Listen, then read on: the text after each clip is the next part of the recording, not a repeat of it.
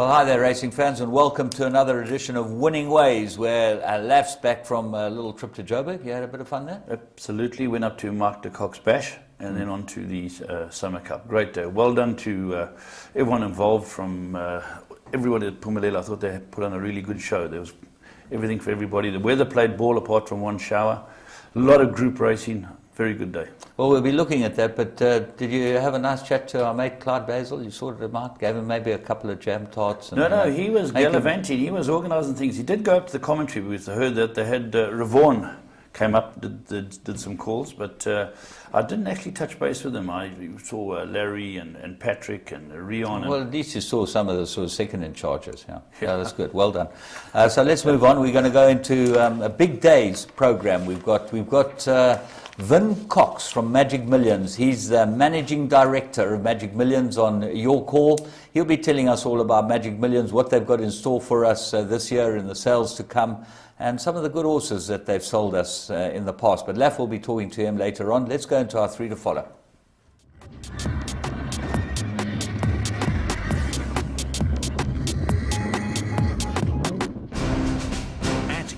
We know from our successful partnership with Mike de Kock that getting the best from your horse is largely related to training and nutrition.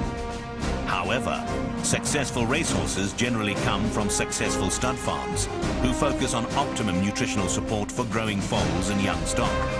And we are therefore excited to announce the launch of our new Epal Stud Muesli Feed. This feed has been developed by Dr. Rensha Mora, a leading veterinarian and horse nutritionist, and incorporates the latest global nutrition trends to produce a premium, top-quality, proven stud muesli recipe. This stud muesli feed is designed to be fully balanced and nutrient-dense and provide your mares, stallions and growing foals with complete breeding nutrition for future success. Of course, we expect that this is what you have been waiting for. Epal Stud Muesli Feed. Available now. Right, well, we go to our first one of our three to follow, and we're going to 28th of November. That was at Scottsville, 1,200 metres on the main track there, and all the rage. Counting House looked like his home and hosed. Did look home and hosed, got grabbed late by Frank's horse, came home quickly. But the horse we found, I think, very, very good debut by the Silvano. Let's have a look at it. Let's go and pick it up. There it is, drawn forward. It's in the light colours, and you'll see gets away quite well. He actually raced quite well, this horse, but seemed a bit green in the latter stages. Yeah, gets a good jump at the gates, which I think puts him into the race early. On his outside, in the noseband, is the favourite Sporting House. Counting House. I'll get it right. He does everything but win. Your eventual winner's two off the left. If you're looking for that, that's sportsmanship. But the horse we found is trying to over-race a tad, James. Yeah, he's about 5 off the left-hand side of the frame, and you can see him in the light blue colours of the Carlisle's, a homebred horse. He's quite nice horses. I think that he might go on and win a few races for them. Yeah, nicely bred. As I say, he's by Silvano, who's a top stallion. And just here he gets niggled to stay with Arthur Marcus, who's kicked on the US horse. As I say, the eventual winner is really getting scrubbed. It's not going there. Yeah, that's one off the left-hand side. Now he starts getting a right-handed stick, his sportsmanship. The one we're watching is 5 off the left, and he's got the light blue colours. He's now being asked to quicken up, but here Counting House looks like he's home, doesn't he? Yeah, you can see Arthur's just shown him a stick, giving him a couple of backhands. He's going to win the horse in the lead. But the first time was running a big race, running up behind him. But just in the last bit, he's had enough, and sportsmanship grabs him. I think he'll go on. Duncan Howells is in great shape as well. His stable's doing well, so he looks like he'll be able to go on and win for you next time. And as I said, nice to see a homebred here in KwaZulu-Natal getting up there and doing the job. Another homebred, second one to follow on race 3 on the same day. We go to the 1450. It was a maiden plate fillies and mares at Scottsville. Mrs. Oppenheimer had a very nice filly in here called Pekin. Let's go and pick her up. Yeah, she's drawn out 8. The eventual winner is a horse called French Filly, who gets used by Pierre Cornhofer from the second outside draw in the black blinkers. And easy to spot Mrs. Oppenheimer's horse Pekin, very dumb at the gate, and Anthony Delpeche is scrubbing to get a position. And it's about 3 deep at the moment. Yeah, it gets her into where he'd like her, but there she doesn't really know what she's doing. She's got to run into the bend. She's lugging out a bit. Delpesh, good rider, you know, to Very just good get rider. everything straightened up. Yeah, gets a position here, one off the fence, tries to relax it. Pierre Corneaufer has got French filly beautifully placed in second, waiting to pounce. And at the last part of the turn, Pekin just starts to lose it a bit, and Anthony just says, stay on the hunt, girl, stay on the hunt, your debut run. And ends up running a very good race, just beaten for second, so it's a very good debut third. Well, Fontel's filly's in front, and he's got his other one in third, but the right horse was the second horse, which ended up hot favourite, French filly. She cruises to the front here, and Pekin's off the bit now to go with him, just doesn't quicken up at all. They quicken away from her, and the horse that beat her into second in the green colours, Miss Tiger Eyes, is now after the winner. And here Pekin looks like she might get the hang of it. Yeah, she's starting to get a blow in, and Anthony hasn't been overly hard on her. He's thrown her the whip and given her a smack on the shoulder to try and get her to pick it up. And James, she rallies even in the last bit for a debut run. It's a very interesting debut run. I think there's more to come here, and soon. Yeah, certainly over a bit of ground. Craig Udy ran her over a bit of a trip to start, and she'll probably go over a bit more ground. But we're going to go to Turfentine, the big day on Saturday, 1st of December. We kicked off with race 2, Maiden Plate, 1,100 metres. Now, they stepped out 2 juveniles, both of which we'd had as horses to follow. The one won, the other ran second, but the horse that ran third is the horse we picked up here. Wiley Hall, Australian bred, and that's quite fitting. We've got a few Australians with us at the moment. That's right. I think the key to this horse's race is that it walks out the gate and doesn't know much about it. It's a stable companion to the favourite, and the favourite, or the second favourite, who wins this race. Let's have a look. It's a side-on start, and you'll notice the blue colours. It doesn't get away with him. Yeah, the side-on start is something new, so it wasn't easy to ring him, but there he is about 4 off the left-hand side of the picture in Michael Leaf's colours, tucked in behind by Shazy, and the horse in the pink cap just goes across him. Well, he's now second last, so he's got a bit of ground to make up there. Yeah, a good introduction by Shazy. Shazy hasn't punished the horse, and the 2 protagonists in the betting are up there fighting it out in Marcus Eustace's Silks. And these 2, I think, are decent horses, these first 2. No doubt about it. This horse, Chinese Gold, was heavily backed. No Prisoners ran a cracking race first time out. And, you know... Did you see Kevin Shea look left when the boy went down? Well, you're just hoping that he wasn't going as well. You know, Shazy, he's a bit gun shy of Shazy's. Anyway, he's got the stick on this one, in the blue colours, on the right-hand side of your picture. And the Very 2 have green. got away, but then he switches in, and this horse really runs on well here. Now he just gets a hand ride. He's done what he's had to do. He learnt about the job. By Redout's choice, he could be something special, this horse. It's a half to absolute champion, a top horse overseas. So the pedigree's there. Michael Leaf will have a lot of fun with this horse. Wiley Hall, keep an eye out for this one as well. Right, we're going to move straight into the blast from the past. We've got the 2011 Cape Fillies Guineas. Remember, the big Cape season's upon us, and we'll be looking at the 2011 Cape Fillies Guineas this week. Getting the best from a thoroughbred is largely related to training and its diet. Mike de Kock has mastered this critical balance. Where is Mike de Kock? Yeah, where How is can he? we have a world-class racing event, no Mike de Kock? Wherever you are in the world, to be competitive at the highest level, equine nutrition is first and foremost. Mike de Kock, you're a living legend. Tries to kick the lizards. I've always wanted an edge over my competitors, and I have found the one place I can get that edge was nutrition. The game has been very kind to me, and I'd like to give something back. And so EPOL and I are making my international formula available to all trainers. De Kock has always partnered with EPOL, and together they have developed his own formula, which is truly world-class.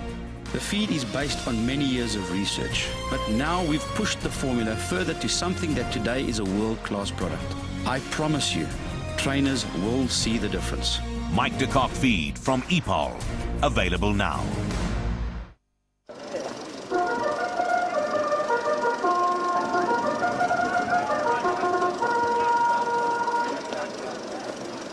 You know, sir, this is the finest fabric money can buy. Done. When you walk out of here, heads will turn. for a glass of champagne, sir.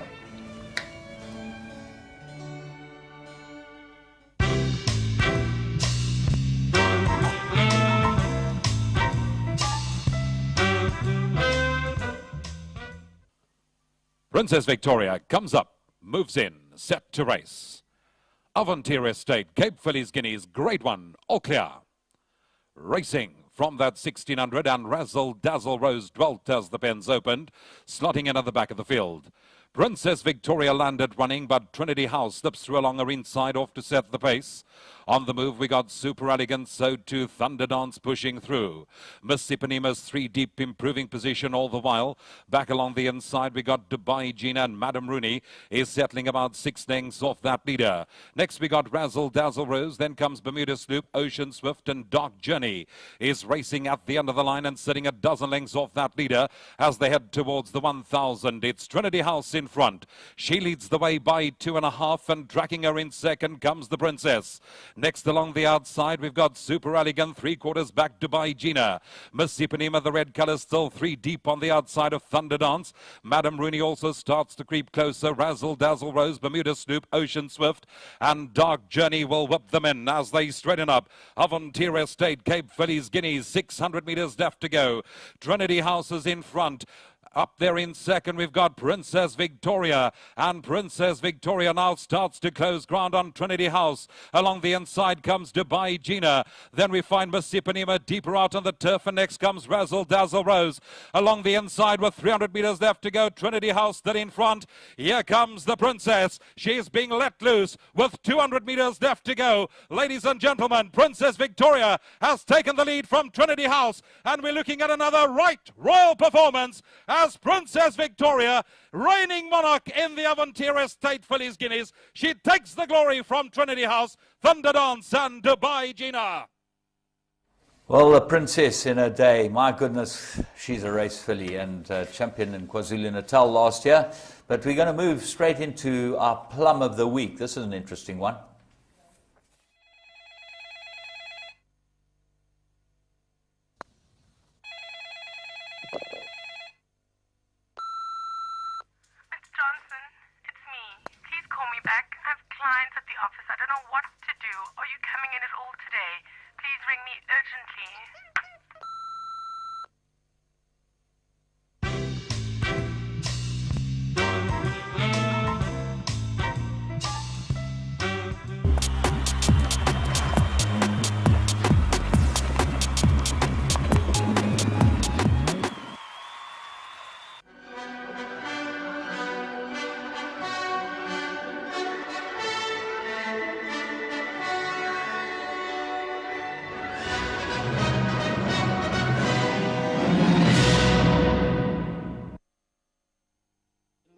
Followed by You're Amazing, then Erotic Pulse. Rashuli Breeze still got about 4 or 5 lengths to make up. 300 to go, United. Green Line on the outside, a Swell Party. 2-Tone Rockers in the blue, flitter between them. Erotic Pulse, Rashuli Breeze. But at Swell Party now hits the front over the last 100. Green Line, 2-Tone Rocker and United. But Swell Party's going on. Green Line's coming on powerfully on the inside. Swell Party from Green Line. United possibly third. 2-Tone Rocker fourth. Then Rashuli Breeze, Lamorna, and behind that one, Erotic Pulse.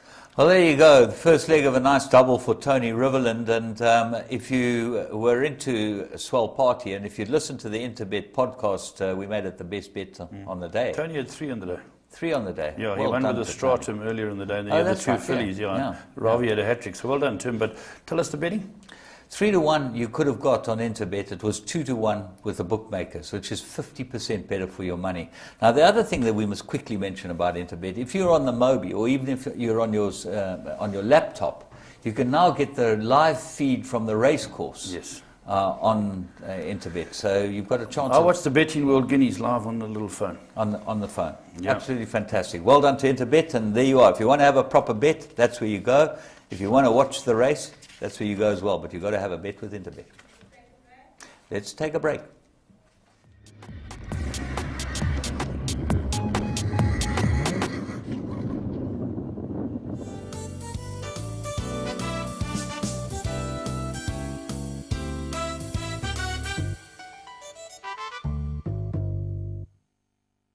Hi and welcome to Current Affairs. This week we've had a lot of racing up in Gauteng, and as well as a very, very good Group 2, the Selangor Cup coming out of Cape Town. Some great racing, James, and a big day in Gauteng. Fantastic day. Summer Cup's always a great day, but it was a triumph for Joey Soma. We'll talk about him later, but really, what he's done for Marcus Huster is just absolutely incredible. Yeah, let's get straight into them, and we've got a few of them, James. There were Group 3s and Group 2s. Let's start with the Magnolia, and a KZN trainer coming away with the goods here. Franny, let's have a look at Franny, a daughter of Trippy, winning the race. Chrissy Sanchez tracks the early leaders, then comes Reason to Believe as they settle foot into stride past the 800. Franny in the yellow and black colours, that's the one in front, goes a couple of lengths clear. Ferrari Dawn, then comes She's a Stunner.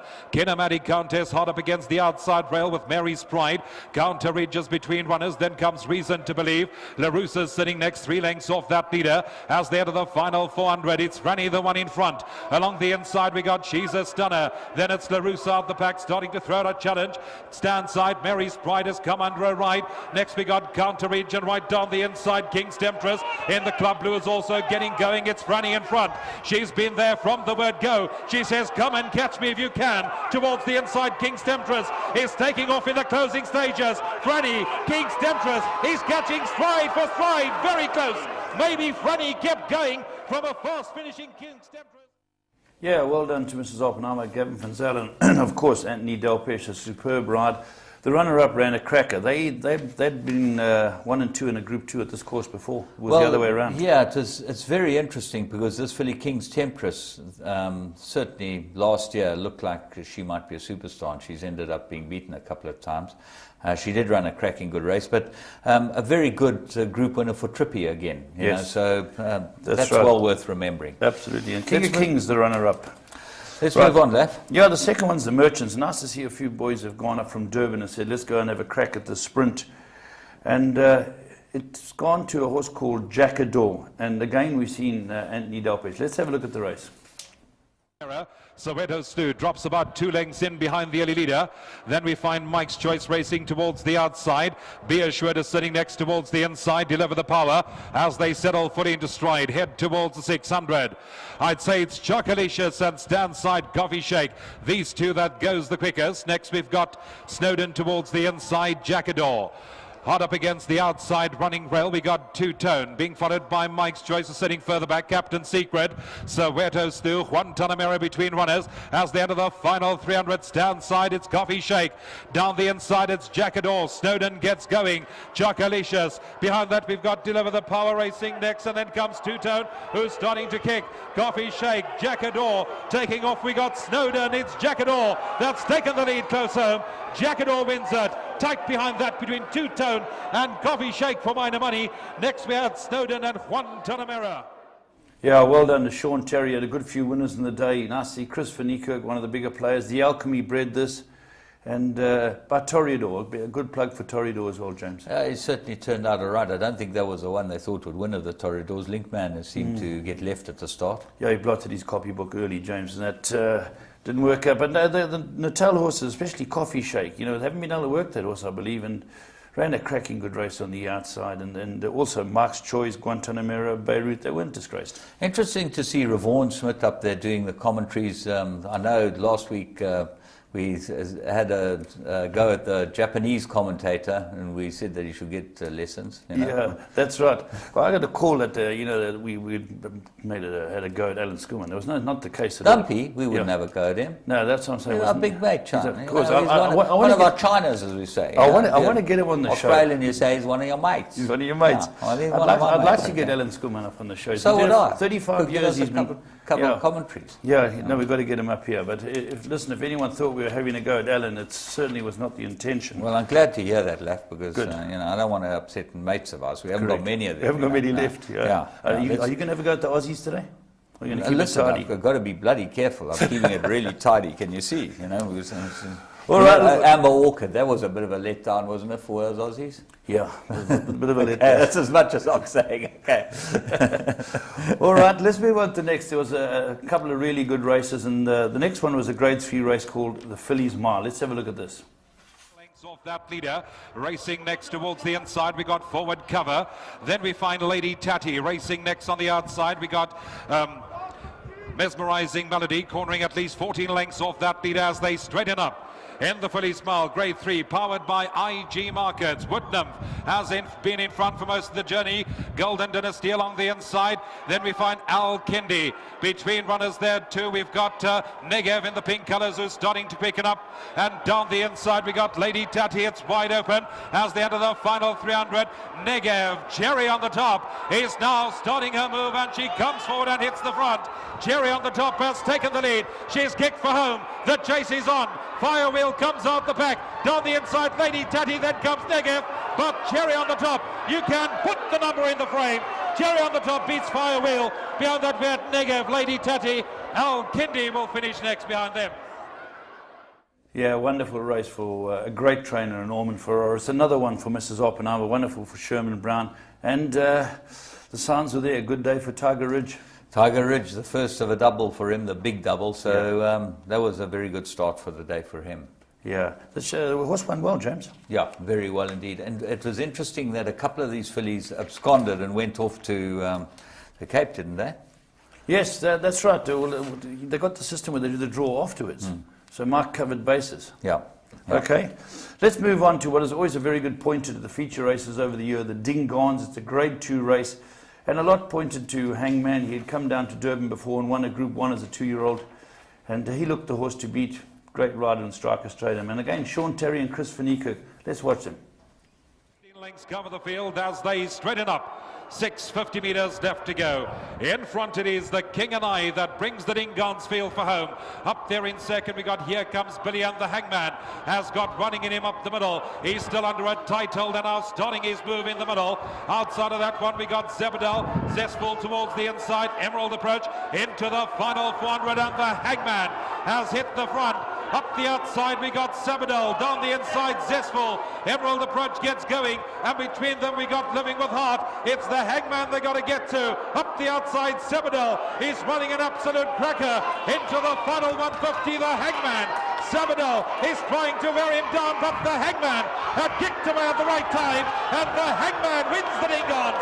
In second it's going to be close.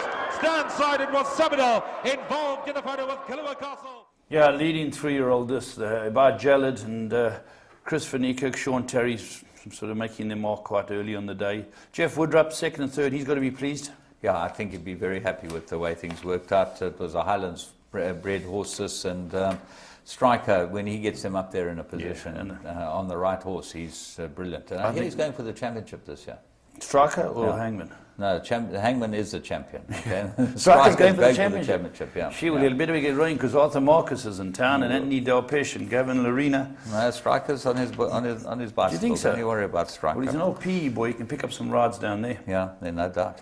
All right, let's go on. Well done to them involved with that. Let's go on to the big race. Now, this was a hell of a race. I thought Michael de Kock would win it. He had a very, very strong hand. A lot of horses. A few have blotted their copybook. A few didn't come through. But it ended up being possibly the best result for racing. Soulmaster just had to take up momentarily. Soulmaster's racing there 9 or 10 lengths off that leader. Then we go to Silver Flyer, who's in the green cap. Pierre Jourdan. Chessalon runs behind them. And they race there 10 or 11 lengths from the leader as they continue to the 1,000 metre mark. Golden Crest is further back in the field, followed by Silent Partner. They 13-14 off the leader. Astro News and Empanosa Hen is the trailer. They climb their way towards the 800 metre mark in the San Sui Summer Cup, and it's Wagner who's going to bring them for home, the leader. Wagner, homeward bound, leads the way a length and a half. Hilla Bella's in the second spot now. Il San Petro behind that. Vettel, 2 off the leader. White Line Fever behind those. Zambucas, Manje. Brooks Club is over to the stand side. Pierre Jourdan, they got 5 to go. Silent Partner is also looking to run on. Got their 5 or 6 to find on the leaders. Mujarab has still got 6 lengths to go. It's Wagner, Hilla Bella, Il San Petro, Pierre Jourdan, White Line Fever. Showgunner is there. Zambuca runs behind those. Then it's Vettel. It's still Wagner, the leader. Il San Petro runs behind that with 150 to go. Showgunner looking to run on Zambuca. White Line Fever, but it's Wagner. Wagner's going all the way into the Sansui Summer Cup, and Wagner's pulled it off. He's won the Sansui Summer Cup, hosted by Gauteng. Showgunner was in behind that in second. Il San Petro behind those, and they were... Well, a terrific race for the man I call the humble hero, Joe Soma. He's had an up and down year he doesn't want to look back on for various reasons, but it's also been great to see. And James, wonderful that the Joosters and Derek Brugman have been able to push horses his way, showing that there are a lot of great trainers out there who just need stock. And Joe, top man, has done the job for them.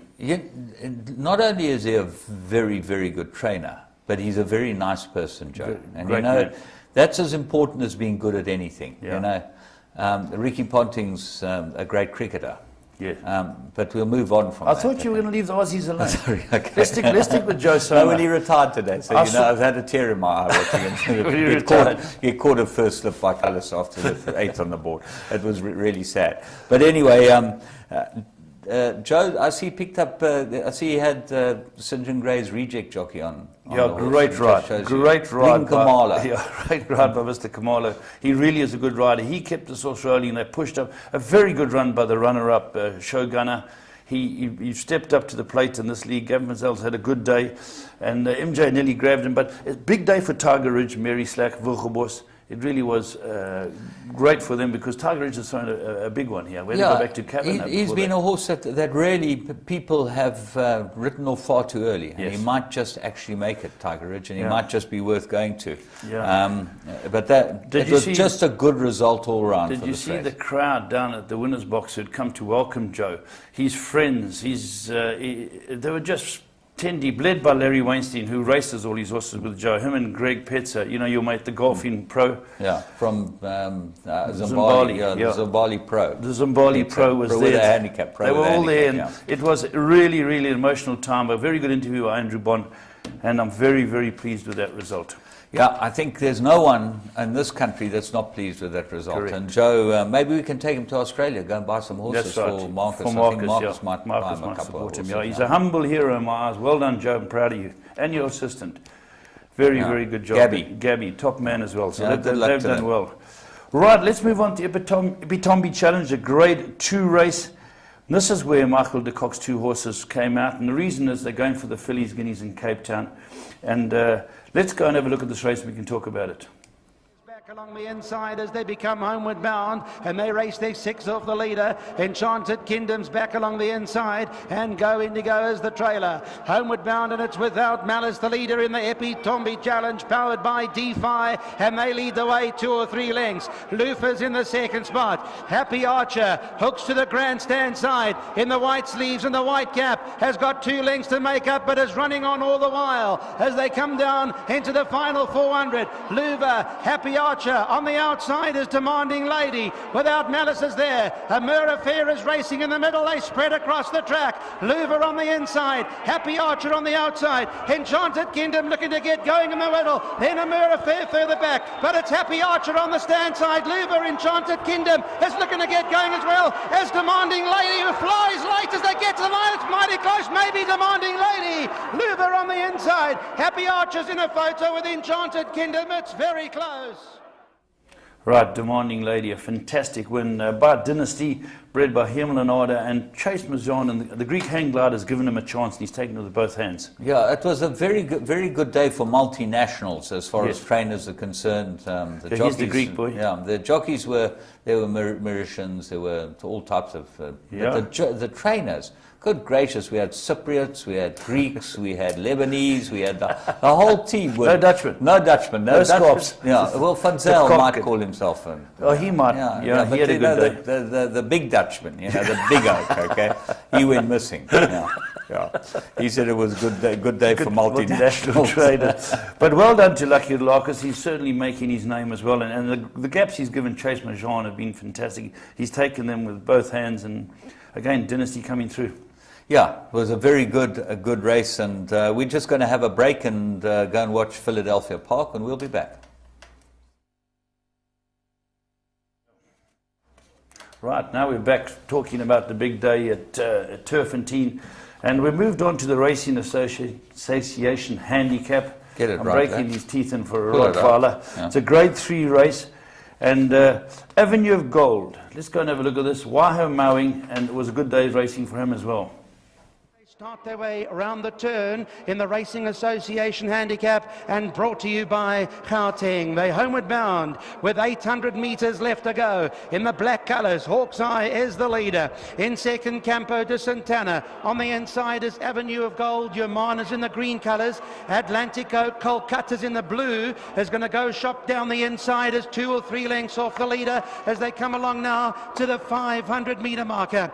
Avenue of Gold, Hawk's Eye no more. Yerman is there. Winter Desire in the orange cap on the inside. Venture on the grandstand side. Money Flows. The Who is there as well right now. Salutation on the inside. Kolkata no more. But Avenue of Gold towards the inside. Venture on the stand side. The Who, hey, you never know, is also running on. Then Salutation. Venture on the stand side. Avenue of Gold as they come into the closing stages, and then Salutation. But Avenue of Gold has come home best of all. And Avenue of Gold by a length and a half. From in second, hey, you never know, Salutation, and the Who was behind them.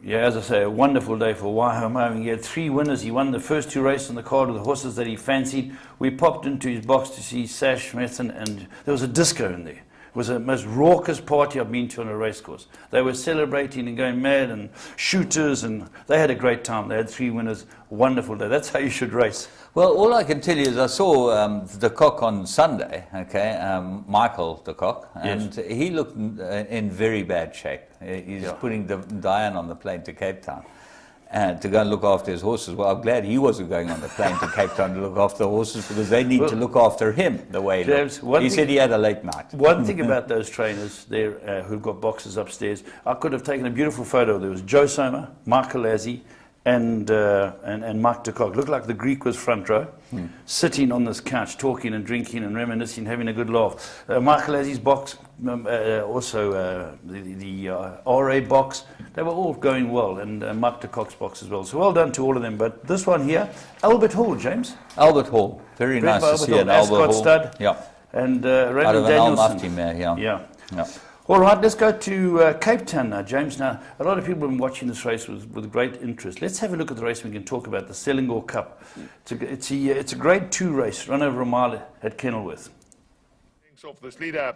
1,000 metres left to go, and Rock the Country shows the way, has the lead now by 2 lengths. Henry the Fourth is racing second, a neck away. Green Track to the green, the far side races in third. Another 2 lengths further back came King Air. He's being followed on the outside by Cape Town, who's 7 lengths off this leader. Last Emperor races in behind that, then comes Gray's in control. Man from Japan races next, 9-10 lengths off this leader. True Master is in behind that, then comes Nordic Jet, who's well back in the field. Wind Power is in behind that, and Sergeant at Arms is now the trailer. They're at the top of the lane and homeward bound with 4:50 left to line. Rock the Country brought the field for home. Henry the Fourth, the first one to move in and challenge, and Green Tractor is right there too. Gray is in control, has switched right out for his run. He's starting to make progress. Last Emperor is also running on nicely. There's plenty of chances once again. Last Emperor comes forward. Nordic Jet, Man from Japan. Gray's in control, is up the outside too. And True Master's running a huge race right at the outside. And it's True Master and Gray's in control. Nordic Jet the inside, but True Master came away to win it from Nordic Jet, and Gray's in control. They were then followed across the line by King Air, further back to Last Emperor and Man from Japan.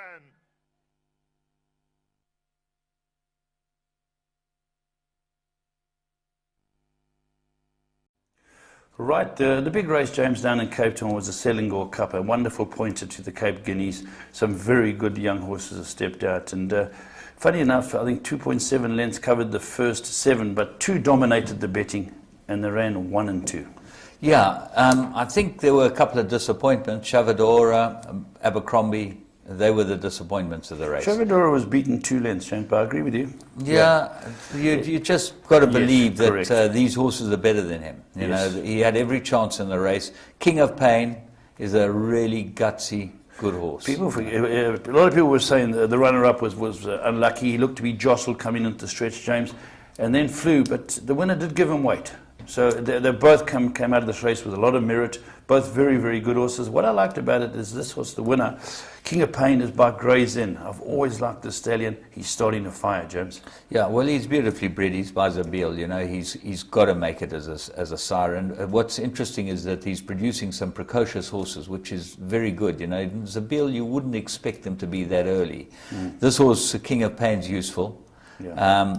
and so is Cape Town Noir. Yeah. I'm going to be interested to see what happens when the Hangman comes down to take them on. Yeah. Because are they as good as the Hangman? Only the race will tell, and I think the Cape Guineas is the big race. Yeah, that's right. You're forgetting another horse, but I won't remind you. Okay, well, don't remind me. Okay, I won't remind you that... sorry, are you in love again? The Guineas trial winner was comfortable enough. Yeah, you know? what is, are you in love again? In love again. Yeah, love struck. At your own peril, as Bonsky would say. But with Gremlins Garden, we cannot show you the race. We apologise to the people in Cape Town, and especially Joey Ramsden and Bernard Faye-Durb. They were the winning connections of this horse as well as the owners. But keep an eye on them at top horse. Joey Ramsden's big mates, the Arkansas Stud, you know, the Careys, and they bred it. So they were very nice to see him. Also out of an Australian mare. Yep, a lot of imported mares in those big group winners. I think virtually all of them were out of imported mares, which was very Two interesting things I want to speak to you about, James, was when I was up there in Gauteng, I read the paper, and Jack Milner wrote an article that he shadow writes with Pierre Stradom. And Pierre Stradom goes through the card. Fantastic article. So I wish more jockeys got involved with journalists and did it for the public. It was transparent. Horses that were fancied, he said, I don't like this as much as I like that. It was an excellent article. And at Mark de Kock's party, I met a little Irish apprentice called Shane Gray. He looks like he's 10 years old. He's out here for 6 weeks or so. And Michael's lined him up on a horse on Tuesday.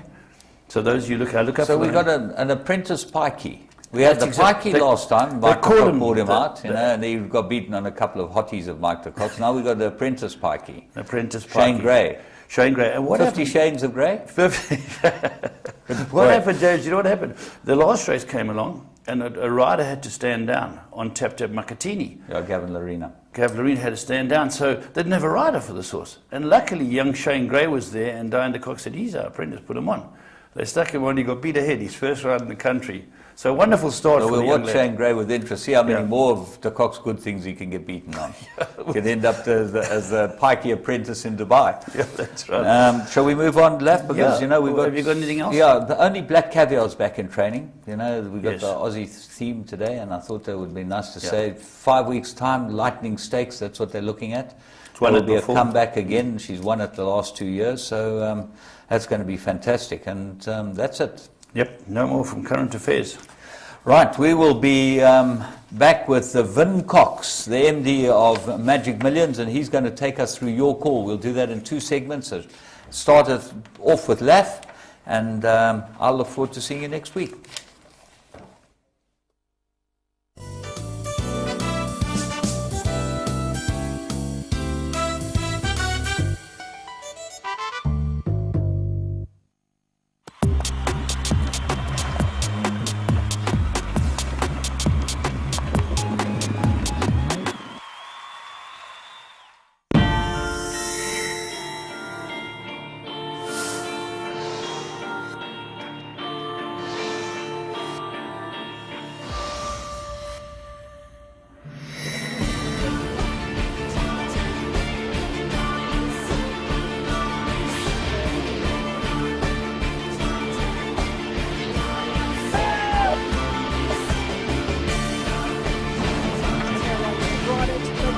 Second position, but Military Roses giving them a bath. That's one of the biggest millions I've ever seen. Grace Valana, the leader. Grace Valana. Grace Valana.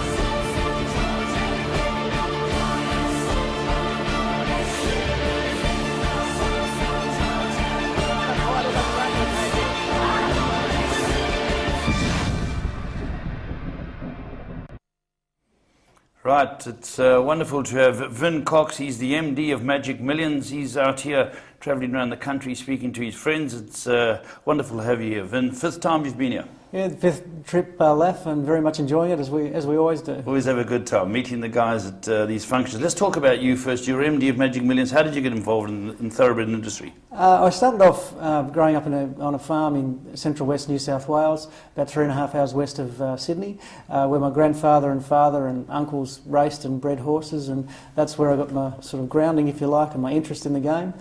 Soon after school I got offered a position at William Inglis, our opposition at Magic Millions, and had 15 years there under the tutelage of Reg Inglis, which was a lot of fun.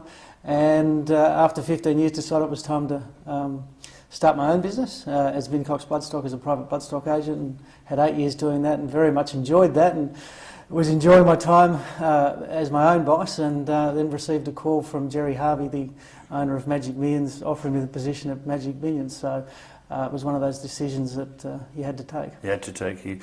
Well, did you enjoy being bloodstock on your own? Oh, I loved it. Absolutely loved it. Yeah. Where'd you go to farms for your clients? How does it work over there? Similar to here? Much the same as it would here. You'd spend a lot of time going to horse sales, going to farms, checking on mares and looking at yearlings for the upcoming sales, that sort of thing. And also a lot of travel through different countries, sourcing outcross bloodstock for outcross bloodlines for our stud book and things like that. So going to America, Europe, and coming here. You're tied in with Keeneland a lot, aren't you? Yeah, I do a lot of work with Keeneland. Very early on in my career, I was offered an internship at Keeneland back in 1989. I don't like to admit, but had 6 months with them and maintained a very good relationship with them. And when I left Inglis, they offered me the representative for Keeneland in Australia and throughout Asia. And so I spent the last 9-10 years representing Keeneland, and I've still managed to keep that role and do that, so it's been good. So you pop out to America every year? Twice a year. How's their industry? Their industries, out of the GFC, their industry fell dramatically. Not compared to Australia, it didn't fall as much, whereas now they're starting to get that bit of a bounce. Northern Hemisphere, Europe included, has had a very significant rise this year, which is great. You know, it's an international commodity, and when horses are selling well, hopefully it transposes right throughout the bloodstock world. Yeah, it does. And when you're a bloodstock agent, did you buy any good horses? Yeah, I did. I had a bit of fun. Group 1 winner called Jim Carew won the Canterbury Guineas. A filly called Before Too Long was a Group 2 winner, good sprinter. A couple of stakes winners in America, not at any significant level, but was raced them myself, which was a lot of fun. So it was good. More success probably with breeding stock, buying mares for clients that turned out to be quite good mares. How did Magic Millions start? You know, it's a fairly new company. Yeah, relatively new by comparison to our opposition who've been around since the late 1800s. We started in 1986 with our first sale on the Gold Coast, 200 yearlings, and we've grown from there. Yeah, well, I was just looking at the figures, you know. In 2013, or 2012 should be, or sorry, 2013 January, you're selling 900 horses just at the Gold Coast. Well, 900 horses for our January yearling sale. We'd sell 6,000 horses throughout the year. It's a lot of horses. It's a lot of horses, and it's not entirely at the Gold Coast. We do have sales in Perth and Adelaide and Tasmania even, and then other sales at the Gold Coast throughout the year. But our January sale, which is the kick-off sale in '86, now is a 900 horse sale, grossing something like $70 million. So what are their pages like? Very good pedigrees. Very good pedigree. We've got some good. Thanks, Lav. We've got some good pedigree. So it's been a successful sale. It seems to be getting bigger and bigger. It is, and you know we make no secret of the fact that we're very happy with what's been entered for this year's sale.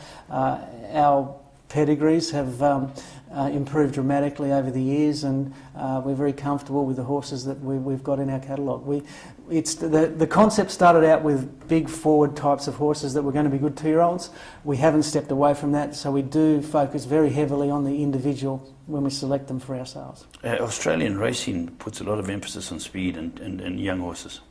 Absolutely. It's come out the back of having very strong 2-year-old racing, and started with Sir Clyde Kennedy, who instituted the Golden Slipper. He also was instrumental in importing Star Kingdom, who was probably the greatest influence until Danehill came along on the Golden Slipper. So 2-year-old racing was is still very, very popular in Australia. The quick return, the quick buck, speed, and it's just come through from there. All right, Vin, hold on a moment. We're just going to cross over for a race, and we'll be back in a moment. Oh yeah, here we are. Just look at these horses. Now these come out lately. Main Dane, Vin is by the very good Stallion Fastnet Rock. Well, the best possibly. Yeah, he's a very good horse. These three have won. Orator's Daughter won first time up by Oratorio, who's been brought into this country as a stallion. So those three won this week. Okay. Yeah, every week they got them updating them. Right, we're back here with Vin Cox, the MD of Magic Millions, and we're talking at this stage about shuttle stallions. Now, it's been a great fillip for your industry. Absolutely. It's probably started back in the mid-80s with Colin Hayes and Robert Sangster, bringing out some horses like God's Walk that were moderately successful. It wasn't until the importation or the shuttling of Danehill, and he was a game changer. He was the most significant stallion that I've seen in my time in the business. He side the winners of the Golden Slipper in his first 5 seasons as stud. A very versatile horse. He got colts, he got fillies, he got stayers, he got obviously 2-year-olds, sprinters, he got the whole lot. Wonderful, wonderful stallion, and his influence is still very significant these days. Now, he was owned in partnership, Danehill, wasn't he? That's correct. He was owned 50-50 with Coolmore in Ireland and Arrowfield in Australia. And on the back of Coolmore's investment in Danehill, they were able to purchase the property they have now, Coolmore Stud, and are now amongst the biggest players in our industry these days. So they're a big name anywhere in thoroughbreds, Coolmore, because the Irish setup. The Australian setup's very big as well. Yeah. And a few Irish boys work for them in Australia. Oh yeah, I think you've got to have an Irish accent to get a start there, but yeah. no. So James is gone. Sangster was an early pioneer. Now his sons are still running Swettenham Stud, aren't they? That's correct. In Victoria. Yeah, Robert's investment in Australia dates right back to the late 70s, I guess, when he first came into the business, and he bought mainly through Colin Hayes, yes. David Hayes' father, and invested in farms and stallions and the like. And Adams hung in there, and he's got Swettenham Stud in his own right. Doesn't have any partners; he just runs it himself in Victoria. And how they do? Oh, great! Yeah, terrific. He's got some nice horses, just punching well above their weight, and it's hard work, but he's making a good fist of it. Yeah. Now the South Africans suddenly decided, let's go the same hemisphere. Let's go down to Australia. I think it was the early 90s. I think Robin Bruss started the move. That's correct. Early 90s, we had a significant fall in prices in our bloodstock industry in the late 80s out of that crash back then, and coming out of it, we had to source other avenues of exporting our horses and trying to create a market, and Robin was very instrumental in leading the way, if you like, and was responsible for bringing in some very, very good horses like Tracy's Element and Sydney's Dream and horses like that. So it goes right back to those days. I got the stats from Chook that in 2000, 26 horses came out, and 2012, 111 horses came out. A lot of people here are trying to upgrade their stock because of the use of these shuttle stallions, because of the success, I'll try that again, the success of the Australian horses. And a lot of our breeders have bought.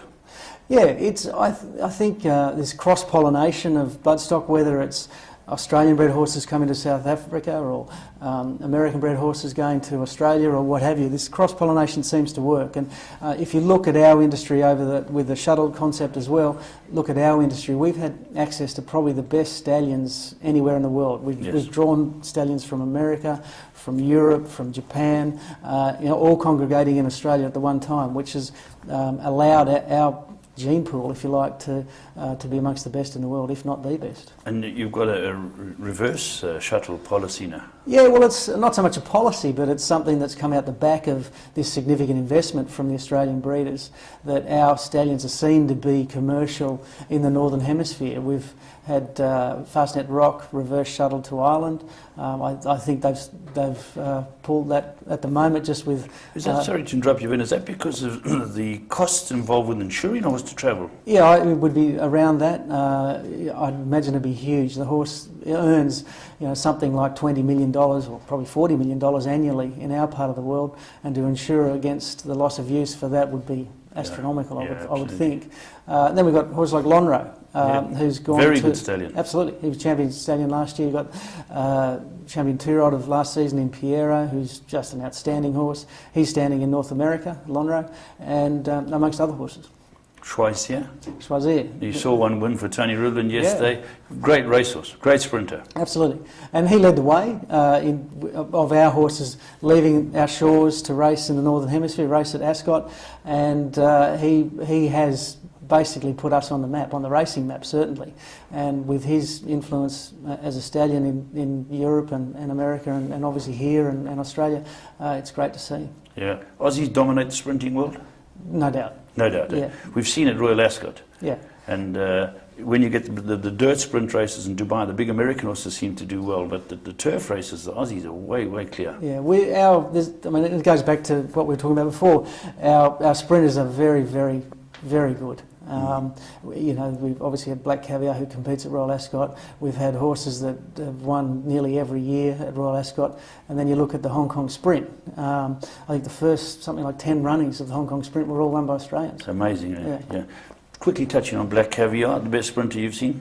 No doubt. No doubt. I still have a soft spot for the great Manikato, which when I was a kid growing up, he was a great horse. But what Black Caviar's done, I'd be very surprised if we see that again. Did you watch the Royal Ascot race live? Yes, I did. Nearly the whole country got up to watch it. What did you think? The last furlong? Well, a bit casual, Nolan? Yeah, probably a bit casual. She, as Peter Moody said, she shut down very quickly, and they weren't expecting that. But it was she won, and all you can do is win, and that was a good result. That was a good result. Now let's talk about some of the horses that have come out here, because people have bought good horses. A horse like Gimme the Green Light has now been syndicated as a stallion in this country. Yeah, well, he's a son of More Than Ready. He's one of the best stallions we've got in our country. Very, very good 2-year-old sire, so he works very well. It's wonderful to see those who, if you spend your money, get a horse like that. And a horse like Delago Deluxe, who was an outstanding sprinter for Charlie Laird in the US, has gone back. Yeah, he's going back. Yeah, so I believe. I don't know too much about it. You'd know more about it than I do, but he's a horse that's got a good page. By a very commercial stallion and a highly competitive sprinter. So he's got absolute appeal in our part of the world.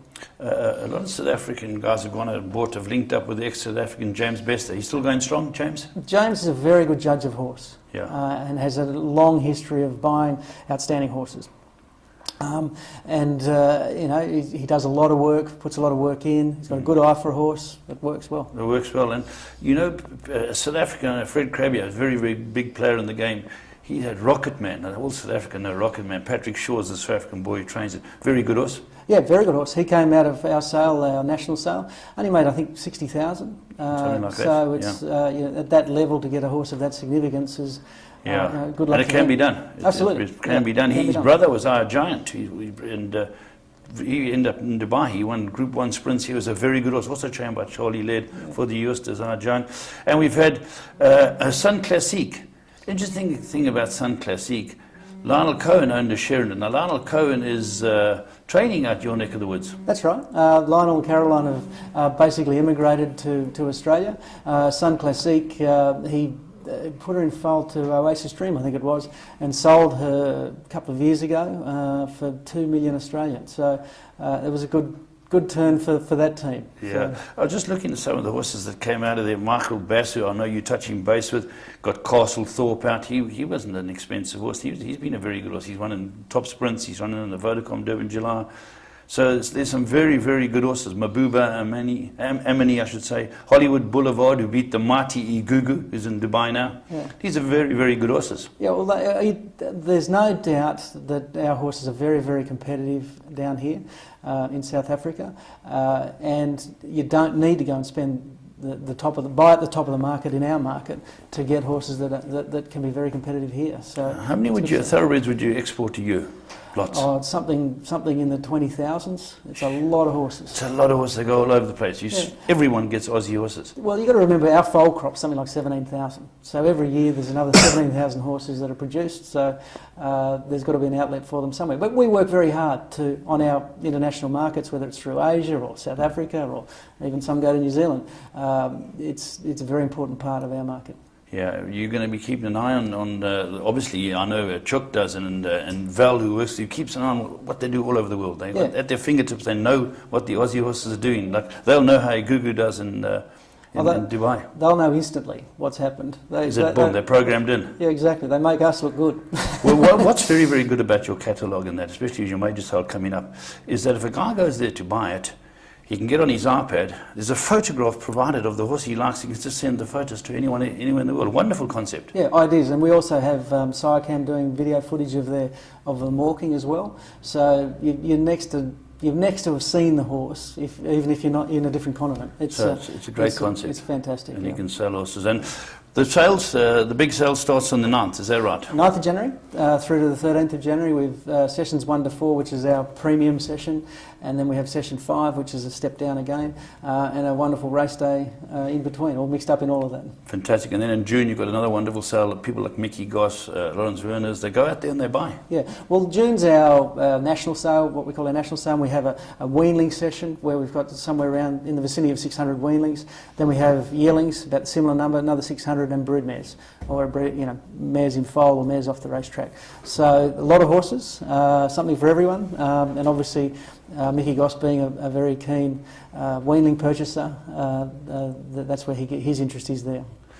Vince, it's been an absolute pleasure. Thanks very, very much for coming on our show. There we go, the MD of Magic Millions. Their sale comes up. If anybody wants to find out anything about it, get hold of me, and we can let you know more about purchasing and upgrading your pedigrees.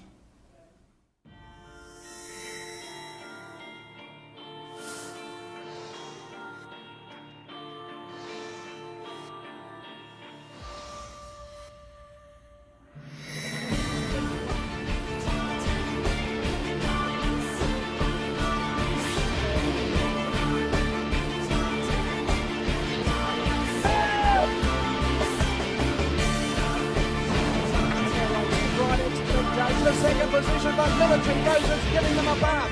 That's one of the biggest millions I've ever seen. Graceful Anna, the leader. Graceful Anna. Graceful Anna.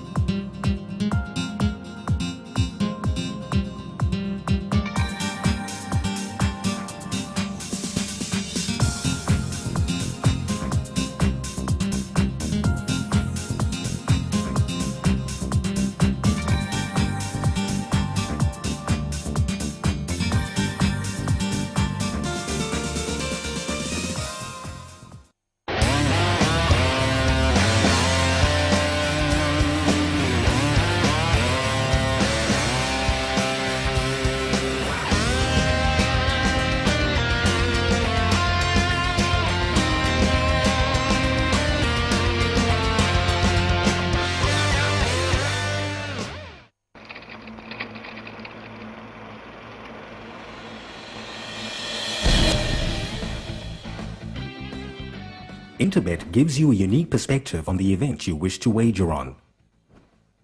The trading screen provides a complete status picture, enabling you to make a more informed decision.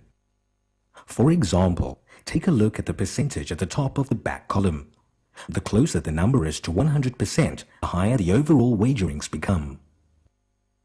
If you watch this number over time, you will see that it starts off relatively high and drops as the race time draws near, improving the betting position right before the race. To see where the action is taking place, you can see the odds column to see the situation for each horse. Green means that there is more money on the horse and therefore the odds are shortening. Red means that the odds are drifting, and black means that there has been no change. You can use these trends to better anticipate where the market is going and make more informed decisions when placing a bet on request, for example. Remember that as the race time gets closer, there is a chance you will run out of time and that your bet on request will not be confirmed also increases. Wagering on horses requires knowledge and luck, and we are here to help you gain the knowledge and get up-to-date information so you can make far more informed decisions and get an action-packed experience.